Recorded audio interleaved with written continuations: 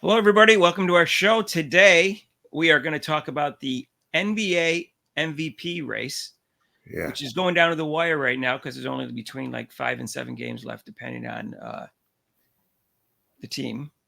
right. Um, right now, Jokic, again, is the favorite. He would win 3 times in 4 years, which might upset Kendrick Perkins, who Which we don't thinks that care. the voters favor the white players. But he he is the favorite both by last odds, and also they did a straw poll. ESPN to do these straw polls, and he won by quite a bit.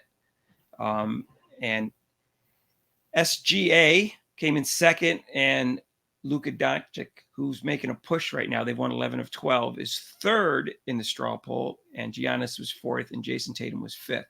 Now on the odds that were came out, the are different order. Actually, Luka Doncic is actually second, and probably because he's leading the league in scoring with 34 points, 9 rebounds, and 9.8 assists. He's almost averaging a triple double. And Yeah, it's he's kind of interesting. He was fourth before, and now he's up to second or third, depending on you talking about the straw poll or the Las Vegas odds. Who do you think should win, Rob, and why? well. Again, go with the Joker again. Uh, we were talking about yesterday how a player like Caitlin Clark makes her team and teammates better, and that's what definitely he does, and that's what to me is a most valuable player. You know, he can rebound, he can shoot. Because some games he'll start out, he won't even take a shot. He'll just pass and rebound, and then he'll start scoring. And then it just picks up the other team movement. He can actually bring the ball up the court too, but he definitely, to me, is the MVP again this year. Should be any doubt. Okay, and if he continues to win without Jamal Murray down the stretch, I think that's another push for him. Anyways, but he has 26 points. Um, he's in the last game, he had 26 points, 18 and 6 assists in a triple double recently, and when they played Cleveland. So he's definitely playing well down the stretch. He's averaging 26 points, 12.3 rebounds, and 9 assists. So he's right up there with his numbers again. And Denver they're tied for first right now in the West. They're second in the league, obviously, because Boston is the best record. Despite having Right. the best record, Jason Tatum is only fifth in both the. I know he's tied for fourth in the odds and fifth in the straw poll. Mm-hmm. So some people think Luka's underrated. Other people, like, I don't know, Michael Wilbon on Pardon the Interruption, always makes fun of him because, and some people make comments on YouTube that he's overweight and doesn't play defense. So that is one argument for him not winning it. He doesn't play defense as well Yeah. as Jokic, but Right. he does make players around him better. So I mean, 9.8 assists. I think he draws a lot of attention to himself, and he opens up the court because he can shoot from distance, and he can pass, and he can score when he drives to the Yeah. basket. It I really think opens. also I think also they don't like him because he's one of the number one whiners too. Every shot goes up, he's got his arms out. He wants to complain. So I think that kind of turns people off too. But I'm glad he moved up. It's exactly. He's all around. He's very. I mean, he's a complete player except for his defense. So, but he is making his team better. He makes the players around him better, even when they have Kyrie Irving. Come he helps out. But when Luca was out, they weren't doing too well.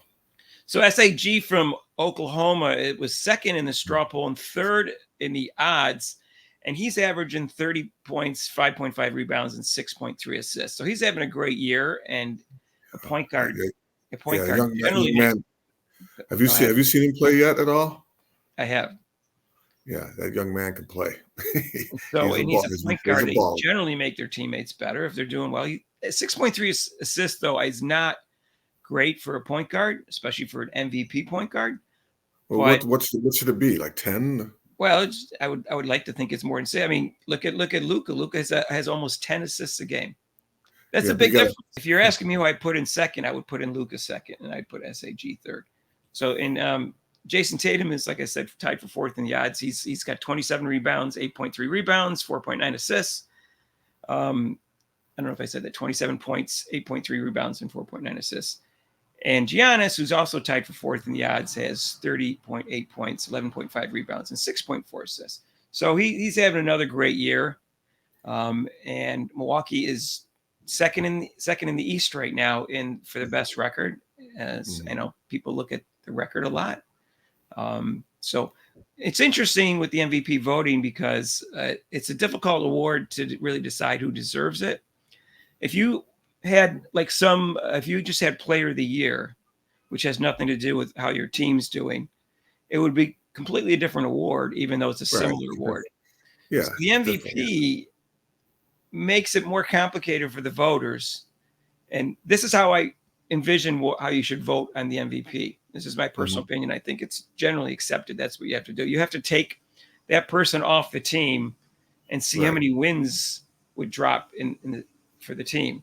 And if that's impossible to do, because a team that wins 65 games, you don't really know how much they're going to drop. And well, you can tell, like we said, when the player's injured, like Embiid. I mean, when he was out, they only win one game out of three when he's there, and they win 2 out of 3. Right. So you're right. I mean, that's kind of a gauge where you can take it off. When Giannis was hurt, or when when Luka was hurt, Dallas was not playing that well.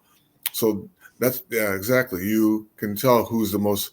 It's not the best player, like we said, but he does. I mean, when he's not on the court, you can definitely see a difference there of how the team plays. So I find it very. I guess that's why people like debating it, because if it would be a simpler decision, or a simpler vote if it was Player of the Year. In fact, I would be for having both those awards. They kind of do that with a Player of the Year. In NFL, they have like Offensive Player of the Year, Defensive Player of the Year. But the MVP vote in the NFL is unfair, since the quarterback has a definite advantage. But like I said, it's hard. Well, it's hard to do that in basketball because you really get into a debate then. Like even if Embiid was hurt or those players were hurt, when you call them, Embiid Player of the Year, because once he's in there, he's dominant, so he could be the Player of the Year. I would vote differently. I would just not look at how the team's doing and just see who I thought was having a better year. Of course, I would look at whether or not he makes his teammates better. That's all part of whether or not he's the best player without the MVP, but just a Player of the Year. But I would look at it differently. I would put less emphasis on the team record, less emphasis on how much I think he influenced the team wins. But either way, that's not the way they do it. They do the MVP voting. And I think people like that because they can argue about it more. Right. Yeah, exactly. Exactly. And if you go through the MVP players that have won, they're not necessarily like most people say, they go by like the leading scorer of the NBA, that he should be MVP. But the voters, which is, I'm glad they don't, they go by, because Magic Johnson won, he wasn't the MVP. I think he wasn't the leading scorer. He was never even in the top 10 when he got him. He was exactly. He wasn't even top 10. A lot of people that won the MVP were not the top scorers in the league. So that's why I thought that Kendrick Perkins. We'll talk about that later. That Kendrick Perkins talks about with the writers. We'll talk about it now. Kendrick Perkins brought up a year ago.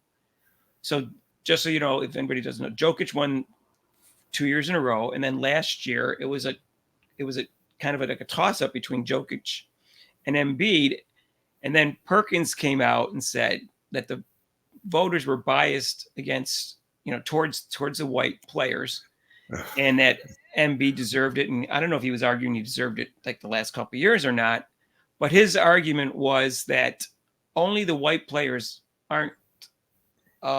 Since 1990, only the white players who aren't in the top 10 in voting. Turned out that's not even true, but not even in the top 10 in the voting. Yeah, what he said was even true. And still won the MVP, and he Steve Nash twice, and Dirk Nowitzki, and Jokic, and actually two of them were tied for 10th, and so it wasn't even true.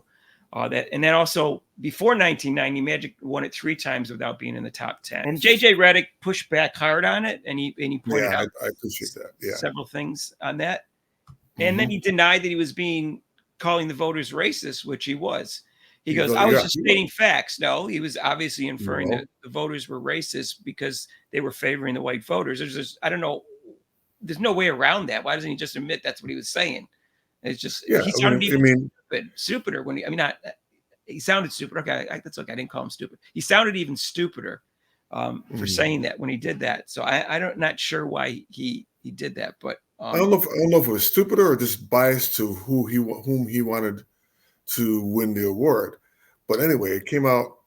I've read that some people thought that his comment made a difference in the voting, and that's why Jokic won last year. And why Embiid won last year, and Jokic should have. Some people thought his comments, because it was well publicized, influenced the voting. I don't know if that's true. I don't know. I thought it was a toss up between the two of them last year.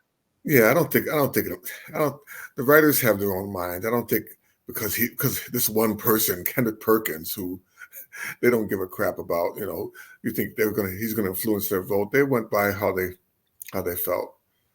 Yeah, I'm just telling you what I've read on the internet, that some people thought it resulted in Embiid winning instead of Jokic, even though it was neck and neck before that. So it's not like Jokic was heavily favored before he made that comment. So I'm not sure how people drew that conclusion, because maybe he was trying to influence the writers, but I don't think so. I don't think so. They're going to go with what they think is. And Embiid finished the season strong, and the Sixers did win a lot near the end of the year. So I think that's why he ended up winning. Whether they were tired of voting for the same player or not, I don't know. They sometimes did that once to Jordan, where they gave it to Karl Malone, even though the Bulls won 69 games that year, and Jordan had a really good year. I'm still flabbergasted by that. It looks like, to me, I always saw that vote and it was like, oh, Karl Malone's 33 years old. He's been one of the top 5 players in the league for 10 years, and he's never won an MVP. If we don't give it to him now, he'll never get it. It's like that. The kids, when you're growing up, you get that everybody gets a trophy. Well, he was in the league for a while. We'll just give it to him, like you said, before he's done. And then he ended up winning it again anyways. So it was like basically ripped off Michael. Michael Jordan got ripped off, in my opinion, around 4 times. He lost to Magic. He lost to Charles Barkley, and at times that he should have won it. But that's my personal opinion. I thought he should have had 9 MVPs instead of 5. A lot of other people did too. And his win shares, actually, they show that he was higher than them in the years that he didn't win. So I'm not just saying that. Sometimes they didn't have the best record. Like most of the time in the MVP voting, the team with the best record in the league or the second best record in the league has gotten the win. Up until the last few years, where Jokic was 6th, and then Russell Westbrook, I think they were 6th or something, but he got a triple-double. They've made exceptions the last 5 or 6 years.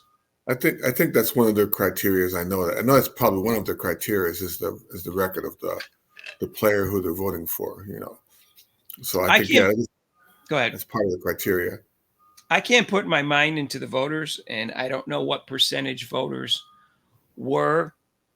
What percentage voters are white? It turns out it's not. Kendrick Perkins claimed it was 80% white, which it turned out it's not. But they didn't release the exact number of their racial breakdown. I think it's more like 70 something. I was listening to Chris Broussard, who's on the committee for MVP. He said it changes every year because some people drop out and go. It's like like what percentage of the NBA is black? It changes every year. Some years it's 70, some it can be up to 75. So it all depends. All depends on that. But I will tell you, just so people are really interested in this topic, the NBA voting started out in 1956, and the players actually voted up until 1980, and then they gave it to the AP writers, and I think it started with 50 AP writers, and then they raised it to 100. It was 96, and it was 100. And I don't know why, if they just wanted to make the journalists be more involved in the league, so they would promote it more. But they changed it from the players to the journalists. Maybe they thought the players were too biased if they liked the player or not like the player. But they did change the voting, how the voting went. Well, I think the players would know playing against that person who's the best. I mean, I mean, he's the best in the schoolyard. I mean, like, okay, this They dude's the best. they would, but they do have personal biases, and they do have players they Yeah. like more and don't Oh, like well, more. so do the writers. I mean, if you're from New York or if I you're from get that. Philly, like, I mean, I don't think any of the Philly writers voted for Jokic. I told you but when we're talking about the Jordan and the Magic wins, when Magic won, now he Mhm. deserved it in like '87, but the other times I thought Jordan deserved it. When the players voted in Sporting News, and Sporting News used to poll every year for MVP. The years that I'm talking about, Jordan won. Mhm. So Right. it's not like I'm the only one that thinks that. Just the writers liked Magic more than Michael at the time. I don't know if they changed their opinion. Magic was Yeah, and more. I think that also, like I said, that one of the criteria is the record, and then unfortunately, which they shouldn't do, is the personality of the person, whether they like him or not. No, So I think the voters I think the voters liked Magic and Larry more than Michael yeah, because they liked what they brought to the league during that time period. And after Larry won 3 times in a row, they go, "Oh, Magic maybe should have deserved one or two of those. We'll give him some of these and take it away from Jordan." That's what I think happened. yeah. I mean, I think he came right in that, like, right in that spot. Like, okay, trying to get in with those two because they were battling back and forth. So like, well, man, who's this guy, Jordan? He's got to pay his dues first, and then maybe we'll think about it, type Well, he thing. already had won one at that. The ones I'm talking about, he had won once before that. But, anyways, in 1956, the first guy that won it was Bob Pettit, and the players voted. I think they only played 72 games back then, but their record was there was 8 teams, and he was tied for sixth in the league. Bob Pettit, and he won the MVP. Now nowadays he would never win that because they had basically there was Yeah, 8 teams. He had the second worst record in the league. Nowadays right. they would never win that because they put He so would, much emphasis on how many wins the team as has. you have, But right. the players didn't back then. So and then the second place vote was Paul or Rezin. I forgot how to pronounce his name. But Bob Cousy was third, and they had like the first and second best record in the league. So they did take that in consideration. And then after that, things have changed where there's a lot of emphasis on just the record. And I think that's lazy voting because I don't Yeah. think you should just look at the best player in the team with the best or second best record. You should, and I don't think they're doing that recently, the last 6 years, but they did it for decades. I think you Hmm. basically, it's harder to say, okay, how many wins would that team lose, and really analyze the win shares or analyze what you think they mean to the team, how they make the teammates better. And I think it's harder to Right. do, and it's easier to just to take the best player on the best or Right. something. But Right. that doesn't mean it's the right way to vote. Right. Because I mean, if they did that nowadays, then Tatum should win because Boston has the best record and he's You, doing you well. he So would he would win if they were yeah, voted more like they were before, probably, but not necessarily. There's always been exceptions. But yeah, it's like there's been yeah. 17 years in a row where they did that, and Uh-huh. I think that's lazy voting, and I don't think that's the way you should do it. And I think people have got ripped off in MVP voting in the past because Well, yeah, like I said, it voting was that late. way. It was lazy. It was lazy, and then it was, of course, when the NBA expanded and it became regional. East Coast writers are going to vote for the East Coast player because maybe they haven't seen. And now with the expansion of of course, TV, you've never seen. I haven't seen. Like I said, I don't know many people have seen the SG, the guy from the Oklahoma. I don't know if people even have seen him play yet. So, but now with streaming and ESPN, now you can see how the players are playing. So you can't do the regional stuff. Right, but this isn't just in the NBA, by the way. I'll just give you one other history thing. How social media people have to justify their vote, and the wins is an easiest way to justify your vote. Obviously, Mhm. statistics and the personal statistics of the players and how good their teammates are and how they make them better, all those things. But they need to justify their vote, and that's the thing they fall back on in their vote. So we think Jokic is going to win. I have no problem with that decision. If you think Luka should win, I have no problem for that vote. And I guess and another day we'll have to decide. We'll have to have a video on why there's so many great European white players, Hmm. but not any American great white players, and why is that changed? Because the Yeah, top the top two people in the MVP are white, but they're both from Europe. yeah, and then we'd like to hear your opinions on who you feel or why. What's your opinion of what makes a person an MVP? You send us and let us know how you base a person's why they would be an MVP. Let me know. Yeah, let me know how you think that if you think the voters have got it wrong throughout the years, and whether they're getting it wrong recently when they've actually put less emphasis on having the best record in the league. And tell us who you think should win the MVP and why down in the comments below. And until next time, we'll see you later. And thanks for joining us. So peace out.